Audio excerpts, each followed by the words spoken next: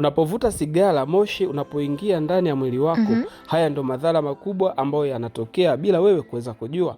Mfumo wako wa mapafu unaharibika, mfumo wako wa mmeng'enyo wa chakula unaharibika kama unavyoona hapo. Lakini mfumo wa damu, moyo pamoja na mishipa inapata shida, inaharibika kabisa kabisa kama unavyoona.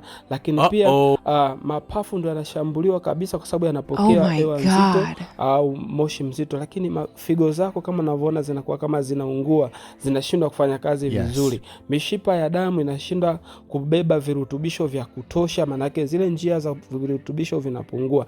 Lakini pia kinga zako za mwili zinaharibika kwa sababu seli zinakuwa dhaifu, ufanyaji kazi wake unakuwa changamoto. Kwa hiyo nataka nikushauri kwamba sigara ni hatari sana kwa afya yako. Hacha kuvuta sigara, unajihatarisha mwenyewe. Kama wewe ni mvutaji wa sigara, acha mara moja, lakini fanya detoxification kwa kutumia programu nzuri ili iweze kukusaidia.